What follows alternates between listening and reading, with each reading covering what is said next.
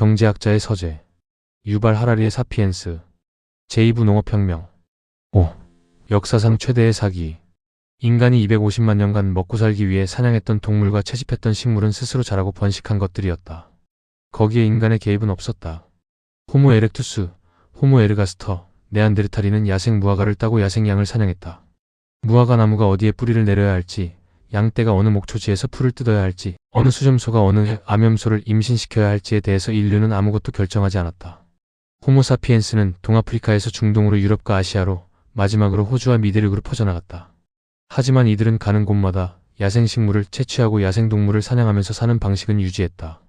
현재의 방식으로 잘 먹고 살 수 있으며 풍성한 사회구조, 종교적 믿음, 정치적 역학의 세계를 잘 지탱할 수 있는데 굳이 왜 다른 것을 시도하겠는가? 이 모든 상황은 대략 1만 년 전 달라졌다. 이때부터 사피엔스는 거의 모든 시간과 노력을 몇몇 동물과 식물종의 삶을 조작하는 데 바치기 시작했다. 인간은 해 뜰 때부터 해 질 때까지 씨를 뿌리고 작물에 물을 대고 잡초를 뽑고 좋은 목초지로 양을 끌고 갔다. 이런 작업을 하면 더 많은 과일과 곡물과 고기를 얻게 되리라고 생각했던 것이다. 인간이 생활하는 방식의 혁명, 즉 농업혁명이었다. 인류가 농업으로 이행한 것은 기원전 9500에서 8500년경 터키 남동부, 서부 이란, 에게의 동부 지방에서였다. 시작은 느렸고 지리적으로 제한된 지역만을 대상으로 했다. 밀을 재배하고 염소를 가축화한 것은 기원전 9000년경이었다. 완두콩과 렌즈콩은 기원전 8000년경, 올리브나무는 기원전 5000년, 포도는 기원전 3500년 재배가 시작되었고 말은 기원전 4000년부터 기르기 시작했다. 낙타와 캐슈넛 같은 일부 동식물은 더 나중에 가축과 재배 작물이 되었다. 하지만 기원전 3500년이 되자 가축화와 재배 작물화의 주된 파도는 지나갔다. 온갖 기술이 발달한 오늘날에도 인류를 먹여 살리는 칼로리의 90% 이상이 밀, 쌀, 옥수수, 감자, 수수, 보리처럼 우리 선조들이 기원전 9500년에서 3500년 사이에 작물화했던 한 줌의 식물들에서 온다. 지난 2000년 동안 주목할 만한 식물을 작물화하거나 동물을 가축화한 사례가 없었다. 오늘날 우리의 마음이 수렵채집인 시대의 것이라면 우리의 부엌은 고대 농부의 그것과 다르지 않다. 한때 학자들은 중동의 어느 특정 지점에서 농업이 시작되어 사방으로 퍼져나갔다고 믿었다. 그러나 오늘날 학자들은 중동 농부들이 자신들의 혁명을 수출한 게 아니라 농업은 세계 여러 지역에서 완전히 독자적으로 생겨났다는 생각에 합의하고 있다.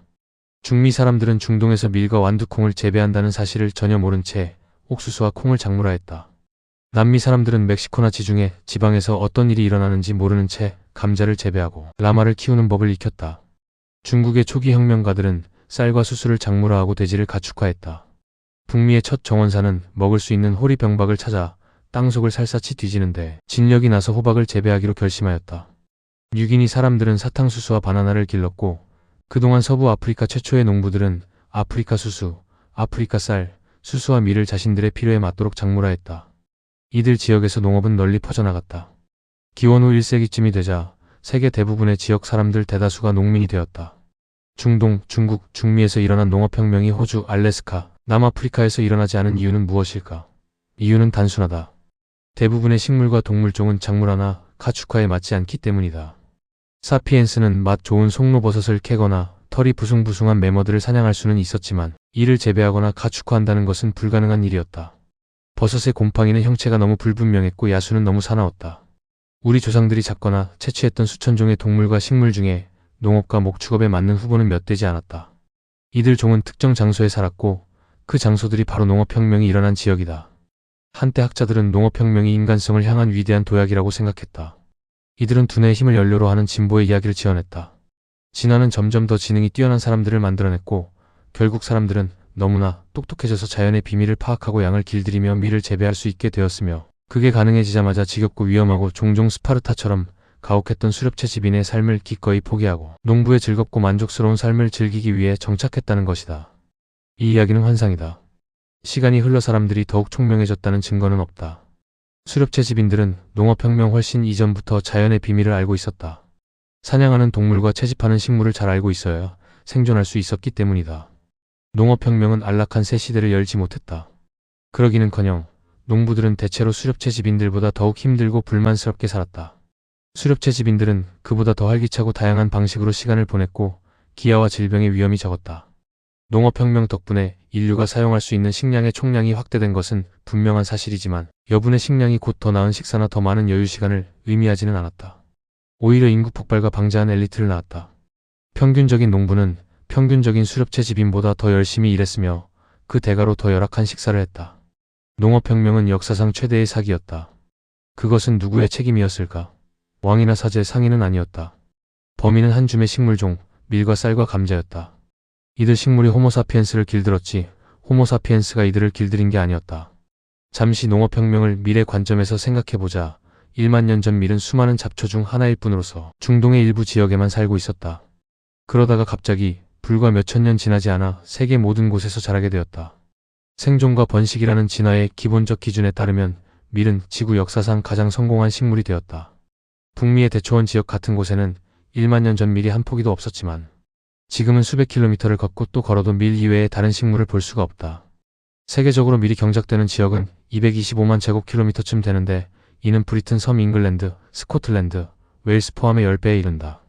어떻게 이 잡초는 그저 그런 식물에서 출발해 어디서나 자라는 존재가 되었을까?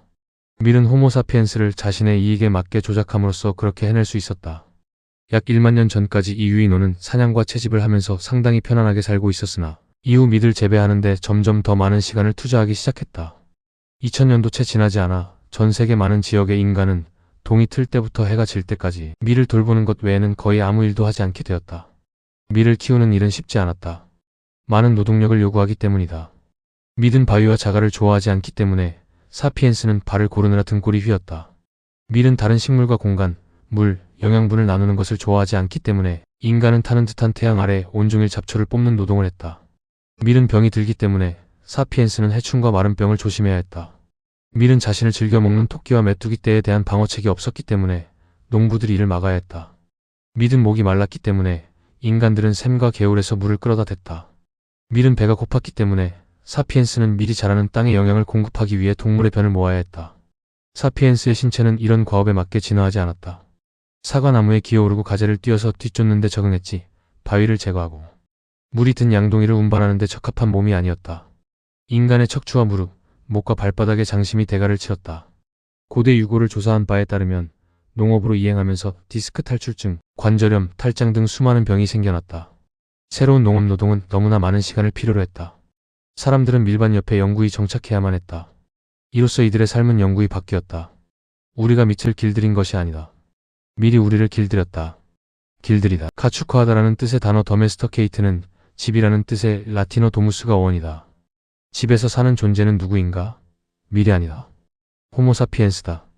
밀은 어떻게 호모사피엔스로 하여금 어느 정도 만족할 만한 삶을 더 비참한 생활과 교환하도록 설득했을까? 무엇을 보상으로 제시했을까? 더 나은 식사를 제공한 것은 아니었다. 명심하자, 인류는 아주 다양한 음식을 먹고 사는 잡식성 유인원이다. 농업혁명이 전 식사에서 곡물이 차지하는 비중은 아주 적었다. 곡류를 중심으로 하는 식단은 미네랄과 비타민이 부족하고 소화시키기 어려우며 치주 조직에 해롭다. 밀은 사람들에게 경제적 안정을 제공하지도 않았다. 농부의 삶은 수렵채집인의 삶보다 불안정했다. 수렵채집인은 수십 종의 먹을거리에 의지해 생존했기 때문에 설령 저장해둔 식량이 없더라도 어려운 시절을 몇 해라도 견디어 나갈 수 있었다. 특정한 종을 손에 넣기가 힘들어지면 다른 종들을 사냥하고 채집할 수 있었으니까. 농경사회는 극히 최근까지도 대부분의 칼로리를 극소수의 작물을 통해 섭취했다. 오랜 세월 이들 사회는 밀이나 감자, 쌀 등 단 하나의 주식에 의존했다. 비가 내리지 않거나 메뚜기 떼가 덮치거나 곰팡이가 주식인 작물을 감염시키며 농부들은 수천 수백만 명씩 죽어나갔다. 밀은 인간 사이의 폭력에 대한 안전망을 제공하지도 않았다. 초기 농부들은 수렵채집인 조상보다 더하진 않았을지언정 그 못지않게 폭력적이었다. 농부들은 재산이 더 많았으며 경작할 토지를 필요로 했다. 이웃의 습격으로 목초지를 잃는 것은 생사가 걸린 문제였기에 타협의 여지가 매우 적었다. 수렵채집인 무리는 강력한 라이벌에게 몰리면 보통 다른 장소로 옮길 수 있었다. 힘들고 위험하지만 실행할 수는 있었다. 농촌 마을이 강력한 적의 위협을 당할 경우 후퇴는 곧 목초지와 집, 곡물 창고를 포기해야 한다는 뜻이었다. 많은 경우 이런 피난민들은 굶어 죽었다. 그러므로 농부들은 그 자리에서 버티면서 최후까지 싸우는 경향이 있었다. 많은 인류학적, 고고학적 연구는 부락이나 종족을 넘어서는 정치적 틀이 없는 단순 농경사회에서 사망의 15%가 인간의 폭력 탓임을 시사한다. 남성의 경우에는 폭력적 사망이 25%에 이른다. 오늘날 유기니를 보면 농경 부족 사회인 다니족에서 남성 사망의 30%가 폭력 때문이고 엥가족에서는 35%가 폭력 때문이다. 에콰도르의 경우 와우란족 성인의 약 50%가 다른 인간의 폭력으로 죽는다. 시간이 흐르고 도시, 왕국, 국가 등 보다 큰 사회적 틀이 발전하면서 인간의 폭력은 통제받게 되었다.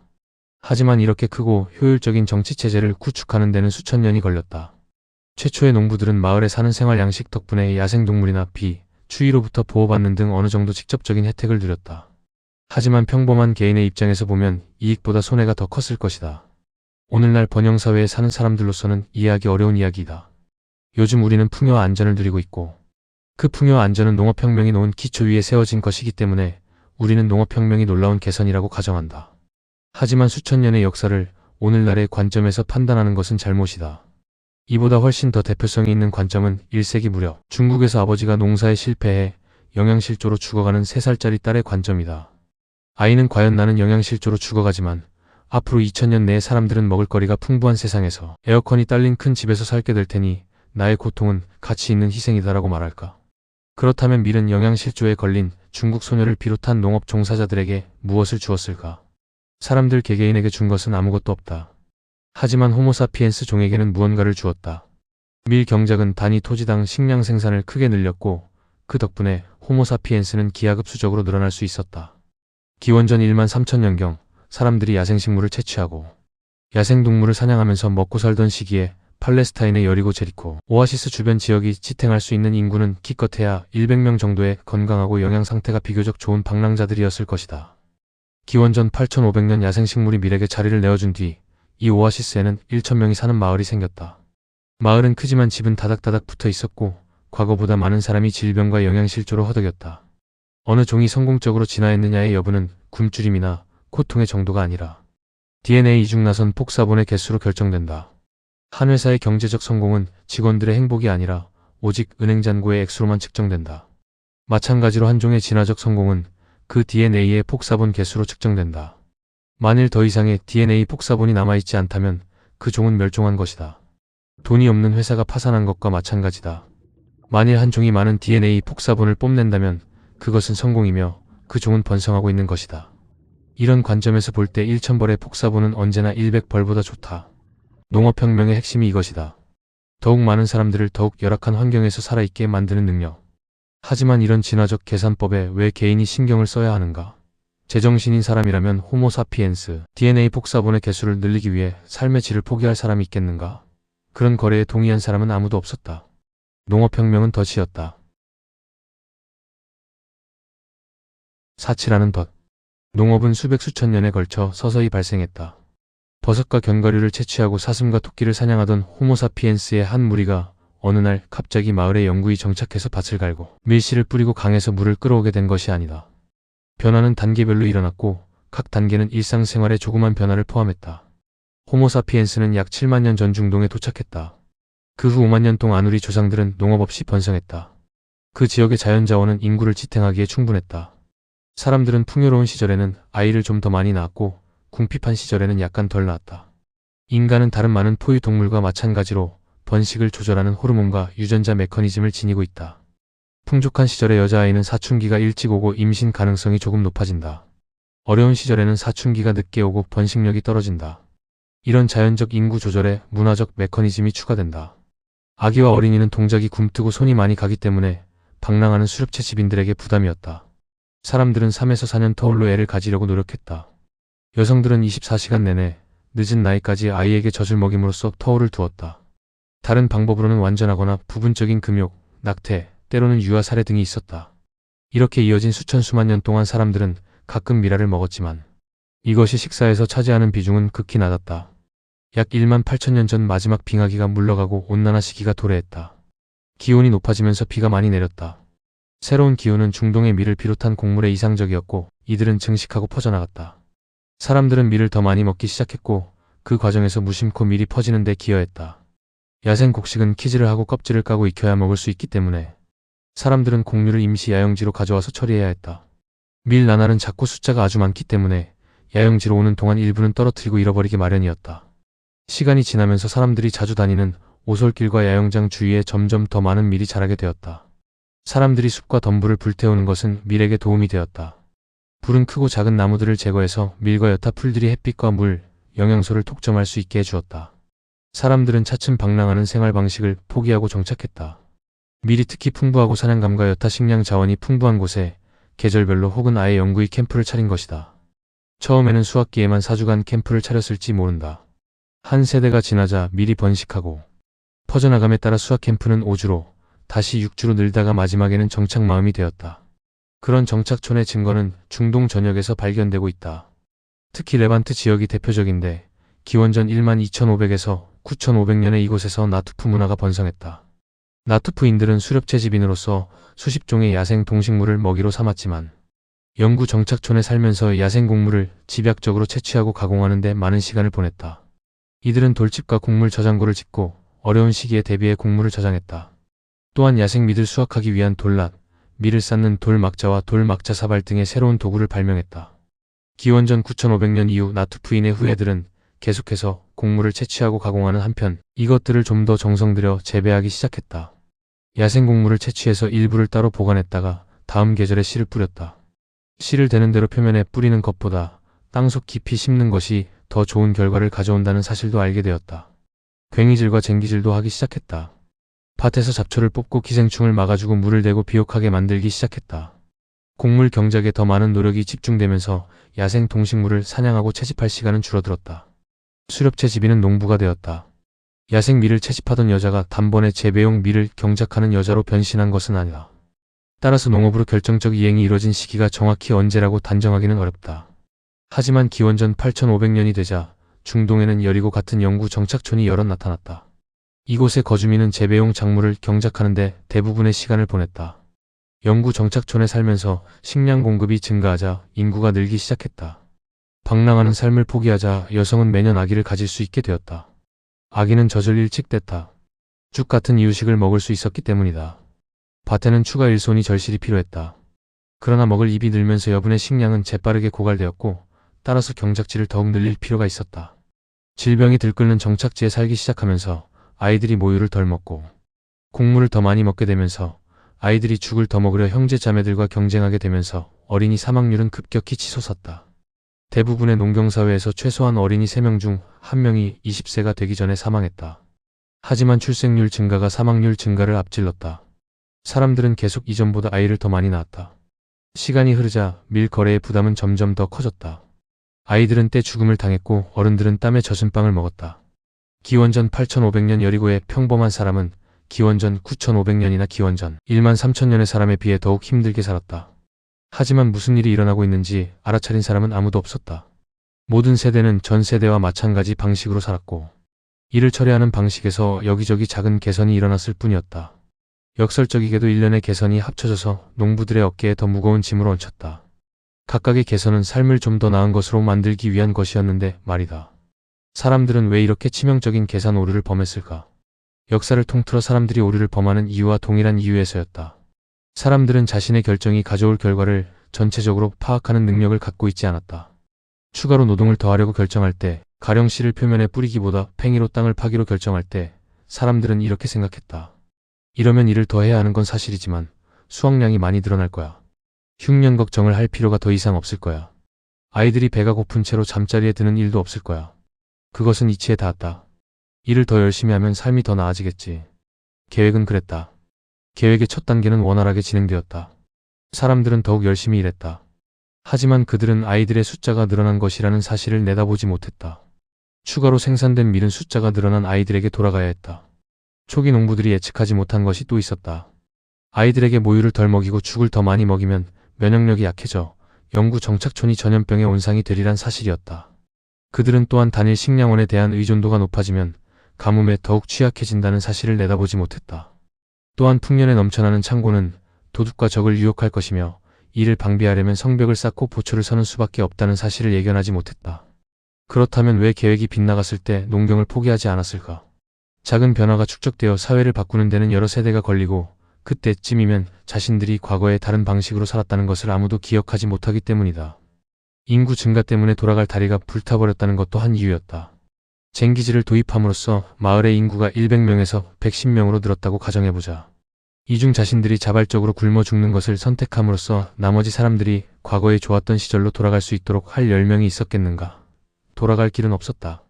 덫에 딱 걸리고 말았다. 좀 더 쉬운 삶을 추구한 결과 더 어렵게 되어버린 셈이었고 이것이 마지막도 아니었다. 오늘날 우리에게도 똑같은 일이 벌어지고 있다. 대학을 졸업한 젊은이 중 상당수는 돈을 많이 벌어 35세에 은퇴해서 진짜 자신이 원하는 것을 하겠다고 다짐하면서 유수회사들에 들어가 힘들게 일한다. 하지만 막상 그 나이가 되면 거액의 주택융자, 학교에 다니는 자녀, 적어도 2대의 차가 있어야 하는 교회의 집, 정말 좋은 와인과 멋진 해외 휴가가 없다면 삶은 살만한 가치가 없다는 느낌을 갖게 된다. 이들이 뭘 어떻게 할까? 뿌리 채소나 캐는 삶으로 돌아갈까? 이들은 노력을 배가해서 노예 같은 노동을 계속한다. 역사의 몇 안 되는 철칙 가운데 하나는 사치품은 필수품이 되고 새로운 의무를 낳는 경향이 있다는 것이다. 일단 사치에 길들여진 사람들은 이를 당연한 것으로 받아들인다. 그 다음에는 의존하기 시작한다. 마침내는 그것 없이 살 수 없는 지경에 된다. 우리 시대의 친숙한 예를 또 하나 들어보자. 지난 몇십 년간 우리는 시간을 절약하는 기계를 무수히 발명했다. 세탁기, 진공청소기, 식기세척기, 전화, 휴대전화, 컴퓨터, 이메일. 이들 기계는 삶을 더 여유있게 만들어줄 것이라고 예상되었다. 과거엔 편지를 쓰고 주소를 적고 봉투에 우표를 붙이고 우편함에 가져가는데 몇 날 몇 주가 걸렸다. 답장을 받는 데는 며칠, 몇 주, 심지어 몇 개월이 걸렸다. 요즘 나는 이메일을 휘갈겨 쓰고 지구 반대편으로 전송한 다음 몇 분 후에 답장을 받을 수 있다. 과거의 모든 수고와 시간을 절약했다. 하지만 내가 좀 더 느긋한 삶을 살고 있는가? 슬프게도 그렇지 못하다. 종이 우편물 시대에 편지를 쓸 때는 대개 뭔가 중요한 일이 있을 때뿐이었다. 머릿속에 처음 생각나는 것을 그대로 적는 것이 아니라 하고 싶은 말이 무엇인지, 어떻게 표현해야 하는지에 대해서 심사숙고했다. 그리고 역시 그렇게 심사숙고한 답장을 받을 것으로 기대했다. 대부분의 사람은 주고받는 편지가 한 달에 몇 통 되지 않았으며 당장 답장을 해야 한다는 강요를 받지도 않았다. 오늘날 나는 매일 10통이 넘는 메일을 받고 상대방은 모두 즉각적인 답을 기대하고 있다. 우리는 시간을 절약한다고 생각했지만 실은 인생이 돌아가는 속도를 과거보다 10배 빠르게 만들었다. 그래서 우리의 일상에는 불안과 걱정이 넘쳐난다. 이메일 계정 만들기를 거부하는 신기술 반대론자도 드문드문 있기는 하다. 마치 수천 년 전 농경을 받아들이기 거부하고 사치품 함정을 비켜갔던 일부 인간들처럼 말이다. 하지만 농업혁명은 해당 지역의 모든 무리의 동참을 필요로 하지 않는다. 중동이나 중미 어느 지역에서든 일단 한 무리가 정착해서 경작을 시작하면 농업은 저항할 수 없는 것이 된다. 농경이 급속한 인구 성장의 조건을 만들어준 덕분에 농부들은 순수한 머릿수의 힘만으로 언제나 수렵채집인들을 압도할 수 있었다. 수렵채집인은 자신들의 사냥터를 들판과 목초지로 내주고 도망치거나 스스로 쟁기를 잡거나 둘 중 하나를 택할 수 있을 따름이었다. 어느 쪽이든 과거의 삶의 방식은 끝난 것이었다. 사치품의 함정 이야기에는 중요한 교훈이 들어있다. 인류가 좀 더 편한 생활을 추구한 결과 막강한 변화에 힘이 생겼고 이것이 아무도 예상하거나 희망하지 않았던 방향으로 세상을 변화시켰다는 점이다. 일부러 농업혁명을 구상하거나 인간을 곡물 재배에 의존하게 만들려던 사람은 아무도 없었다. 그저 배를 좀 채우고 약간의 안전을 얻는 것을 주된 목표로 삼은 일련의 사소한 결정이 거듭해서 쌓여 고대 수렵채 집인들이 타는 듯한 태양 아래 물이 든 양동이를 운반하는 삶을 살도록 하는 결과를 가져왔다. 신성한 개입. 위의 설명에 따르면 농업혁명은 오산이다. 이것은 매우 그럴듯한 이야기다. 역사는 이것보다 훨씬 더 바보 같은 오산으로 가득 차 있다. 하지만 또 다른 가능성도 있다. 어쩌면 편안한 삶을 추구하다 보니 전환이 일어난 것이 아니라 사피엔스에게 다른 열망이 있었고 그것을 달성하기 위해 의식적으로 삶을 힘들게 만들었을지도 모른다는 것이다. 학자들은 보통 역사적 발전의 원인을 차가운 경제적, 인구학적 요인에 돌리려 한다. 이것은 그들의 이성적이고 수학적인 방식과도 잘 맞는다. 현대사의 경우 학자들은 이데올로기나 문화 같은 비물질적 요인을 고려하지 않을 수 없다. 기록된 증거가 있으니 그러지 않을 수 없다. 우리에게는 제2차 세계대전이 식량 부족이나 인구의 증가 때문에 일어나지 않았음을 증명할 충분한 문서와 편지와 비망록이 있다. 하지만 나투프 문화가 남긴 문서는 없기 때문에 고대를 다룰 때는 물질주의 학파가 주도권을 장악하기 마련이다. 문자 발생 이전에 살았던 사람들의 동기가 경제적 필요가 아니라 신앙이었음을 증명하기는 어려운 일이다. 그러나 드문 경우 진상을 보여주는 단서를 찾아내는 행운을 누리기도 한다. 1995년 고고학자들은 터키 남동부의 괭베클리 테페 지역 유적지를 파내기 시작했다. 가장 오래된 지층에서는 정착지, 주거, 일상활동의 징후가 발견되지 않았다. 하지만 멋진 조각이 새겨진 기둥을 갖춘 기념물이 발견되었다. 개별 돌기둥의 무게는 최대 7톤이었고 높이는 5m에 달했다. 그 인근의 채석장에서 학자들은 끌로 반쯤 깎다가 만무게 50톤의 기둥을 발견했다. 모두 합쳐서 10개 이상의 기념비 구조물이 드러났는데 가장 큰 것의 폭은 30m에 육박했다. 고고학자들은 세계 도처에 있는 이런 기념비적 구조물과 친숙하다. 대표적인 것이 영국의 스톤헨지다. 하지만 이들은 퀘베클리 테페를 조사하면서 놀라운 사실을 발견했다.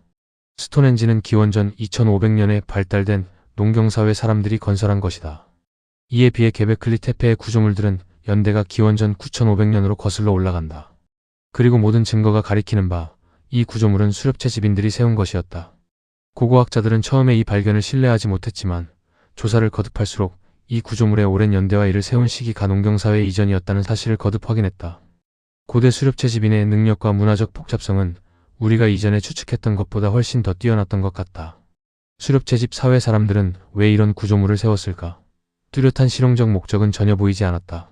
그곳은 메머드 도살장도 아니고 비를 긋거나 사자를 피해서 숨는 장소도 아니었다. 뭔가 미스터리한 문화적 이유에서 세워졌다고 볼 수밖에 없다. 고고학자들은 그게 무엇인지 파악하느라 골머리를 앓고 있다. 그러나 이유가 무엇이었든 간에 수렵채 집인들은 거기에 막대한 노력과 시간을 투입할 가치가 있다고 생각했다. 퀘베클리 테페를 건설하는 유일한 방법은 여러 무리와 부족에 속한 수천 명의 수렵채 집인을 오랫동안 협력하게 만드는 것뿐이었다. 그런 노력을 유지할 수 있는 것은 세련된 종교나 이데올로기 시스템밖에 없다. 퀘베클리 테페는 또 하나의 놀라운 비밀을 지니고 있다. 유전학자들은 작물화한 밀의 기원을 오랫동안 추적하고 있었는데 최근의 발견이 시사하는 바에 따르면 작물화된 밀의 변종 중 하나인 웨알밀은 퀘베클리 테페에서 30km 떨어진 카라사다그 언덕이 발상지다. 이것은 우연이 아닐 것이다. 퀘베클리 테페라는 문화적 중심지는 인류에 의한 밀의 작물화, 밀에 의한 인간 길들이기와 어떻게든 연관되어 있었을 가능성이 높다. 이 기념물을 건설하고 이용한 사람들을 먹여 살리기 위해서는 많은 식량이 필요했다. 어쩌면 수렵채 집인들이 야생 밀 채취에서 집약적인 밀 경작으로 전환한 목적은 정상적인 식량 공급을 늘리기 위해서가 아니라 사원의 건설과 운영에 필요한 식량을 공급하기 위해서였는지도 모른다. 기존의 우리는 개척자들이 처음에 마음을 세우고 이것이 번영하면 그 중앙에 사원을 건설했을 것이라고 보았지만 퀘베클리 테페가 시사하는 바는 그 반대다. 먼저 사원이 세워지고 나중에 그 주위에 마을이 형성되었다. 혁명의 희생자들. 인간과 곡물 간의 파우스트적 거래가 우리 종의 유일한 거래는 아니었다. 양, 염소, 돼지, 닭과 관련해 또 하나의 타협이 이루어졌다. 야생 양을 뒤쫓아 유랑하던 무리는 자신들이 잡아먹는 양 집단의 구성을 점차 변화시켰다. 이 과정은 아마도 선별적 사냥으로 시작되었을 것이다. 이들은 다 큰 양이나 늙고 병든 양만을 사냥하는 것이 유리하다는 점을 배우게 되었다. 그 지역의 양떼가 장기적인 활력을 유지하도록 임신 가능한 암컷과 어린 것들은 잡지 않았다.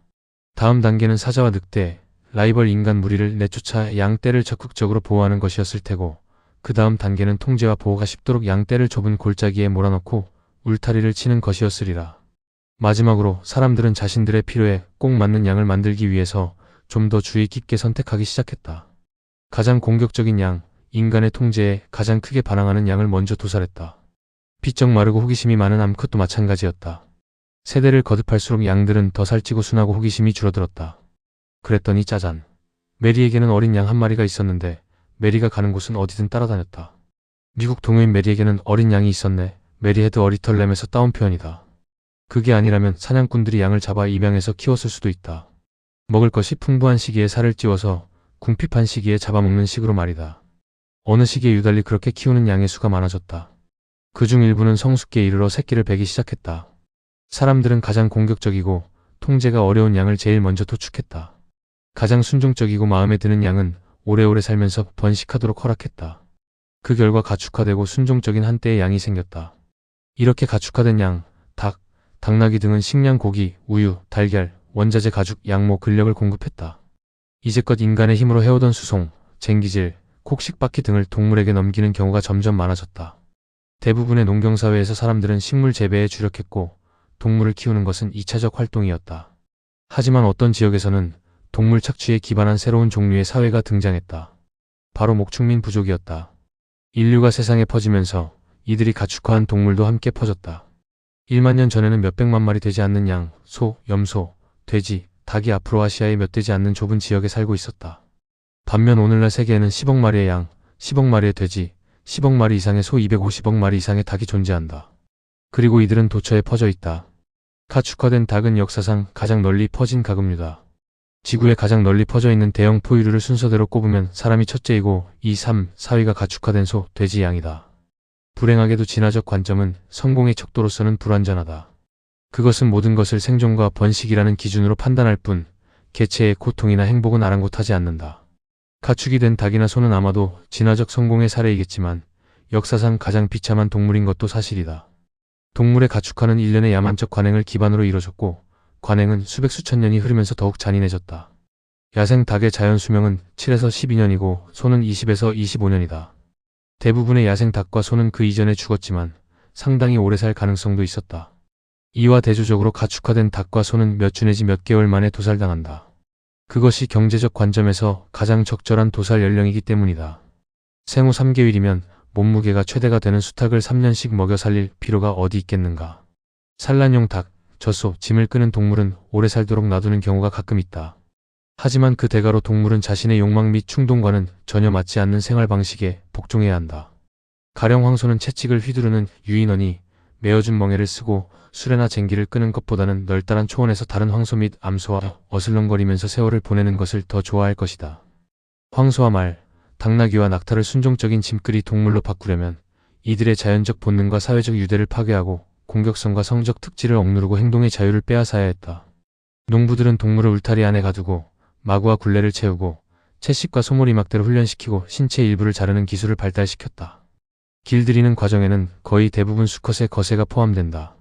그러면 수컷의 공격성이 억제되고 인간이 해당 동물 무리의 번식을 선별적으로 조절하기 좋다. 뉴기니의 수많은 부족사회에서 부를 가늠하는 전통적 기준은 보유한 돼지의 숫자였다. 북부 뉴기니 사람들은 돼지가 도망치지 못하도록 돼지 코에서 큼지막한 살덩이를 잘라낸다. 그러면 돼지는 쿵쿵거리며 냄새를 맡을 때마다 심각한 통증을 느낀다. 돼지는 냄새를 맡지 못하면 먹을 거리를 찾지 못할 뿐 아니라 길조차 찾지 못하므로 그렇게 절단된 녀석들은 인간 주인에게 완전히 의존하는 수밖에 없다. 뉴기니의 다른 지역에서는 돼지의 눈을 파내어 자신이 어디로 가는지조차 파악할 수 없게 만드는 것이 관행이다. 낙농산업은 동물을 자기들 뜻대로 휘두르기 위한 수단들을 보유하고 있다. 암소, 염소, 양은 새끼를 낳은 다음에야 그리고 새끼가 젖을 빠는 동안만 젖을 생산한다. 그러니 동물 젖을 계속 얻으려면 젖을 빨 새끼가 있어야 하고 이들 새끼가 젖을 독점하지 못하도록 해야 한다. 역사상 가장 널리 쓰인 방법은 출생 직후 새끼를 도살하고 어미의 젖을 가능한 한 오래 짜낸 뒤 다시 임신시키는 것이었다. 이 방법은 지금도 널리 쓰이고 있다. 오늘날의 수많은 낙농 농가에서 젖소는 약 5년을 산 뒤 도살되는 것이 일반적이다. 그 5년 동안 젖소는 거의 항상 임신 중이며 출산한 지 60에서 120일 내에 또다시 수태한다. 우유의 최대 생산량을 유지하기 위해서다. 송아지는 출생 후 얼마 지나지 않아 어미에게서 떼어내진다. 암송아지라면 다음 세대의 젖소로 길러지고 수송아지는 육류산업에 넘겨진다. 또 다른 방법은 새끼들을 어미 가까운 곳에 두면서 젖을 너무 많이 빨지 못하게 막는 것이다. 여기에는 다양한 책략이 사용된다. 가장 단순한 방법은 새끼가 젖을 빨게 두었다가 젖이 나오기 시작하면 어미에게서 떼어내는 것이다. 이 방법은 어미와 새끼 양쪽의 저항을 부른다. 일부 양치기 부족은 새끼를 도살하고 살코기를 먹은 다음 새끼의 가죽에 속을 채워 박제하는 관습이 있었다. 박제된 새끼를 어미에게 들이밀어 우유 생산을 촉진하는 것이다. 수단의 누에르족은 친숙하고 생생한 냄새가 나도록 어미의 소변을 박제 송아지에게 묻히기까지 했다. 이 부족의 또 다른 기법은 송아지의 입가에 가시로 만든 띠를 두르는 것인데 가시에 찔린 어미는 새끼가 젖을 빠는 것을 막게 된다. 사하라 사막에서 낙타를 키우는 투아레그족은 새끼의 코에 구멍을 내거나 코 일부를 잘라내는 방법을 썼다. 그러면 새끼는 코가 아파서 젖을 많이 먹지 못하게 된다. 모든 농경사회가 이처럼 키우는 가축에게 잔인했던 것은 아니었다. 가축이 된 일부 동물의 삶은 매우 안락하였다. 털을 얻기 위한 양, 애완용개와 고양이, 군마, 경주마는 편안한 삶을 누리는 일이 많았다. 로마의 칼리굴라 황제는 총애하던 말 인키타투스에게 집정관직을 내리려고 했다고도 전한다. 역사를 통틀어 양치기와 농부는 자신의 동물에게 애정을 보였으며 매우 잘 돌보았다. 마치 많은 노예 소유주가 자신의 노예에게 애정과 관심을 가졌던 것처럼 많은 왕과 예언자가 스스로를 목자라고 부르며 자신이나 신이 백성을 돌보는 것을 양치기가 자신의 양떼를 돌보는 것에 비유했던 것은 우연이 아니었다. 하지만 양치기가 아닌 양떼의 입장에서 보자면 대다수의 가축화된 동물에게 농업혁명은 끔찍한 재앙이었다는 인상을 지우기 어렵다. 이들의 진화적 성공은 무의미하다. 아마도 좁은 상자 안에 갇혀서 살을 찌우다가 육즙이 흐르는 스테이크가 되어 짧은 삶을 마감하는 송아지보다는 멸종 위기에 처한 희귀한 야생 코뿔소가 더 만족해야 할 것이다. 만족한 코뿔소는 자신이 자기 종족의 마지막 개체라는데 아무 불만이 없다. 송아지의 종이 수적으로 성공한 것은 개별 개체들이 겪는 고통에 그다지 위안이 되지 못한다. 진화적 성공과 개체의 고통 간의 이런 괴리는 우리가 농업혁명에서 얻을 수 있는 가장 중요한 교훈일 것이다. 우리가 밀이나 옥수수 같은 식물의 이야기를 조사할 때는 순수한 진화적 관점이 타당할지 모른다. 하지만 소나 양, 사피엔스처럼 각자 복잡한 기분과 감정을 지닌 동물의 경우 진화적 성공이란 것이 개체의 경험에 어떤 식으로 작용하는지를 고려할 필요가 있다. 앞으로도 우리는 우리 종이 집단적으로 힘을 키우고 외견상 성공을 구가한 것이 개개인의 큰 고통과 나란히 진행되었다는 사실을 거듭 확인하게 될 것이다. 이상으로 제2부 농업혁명 5. 역사상 최대의 사기이었습니다.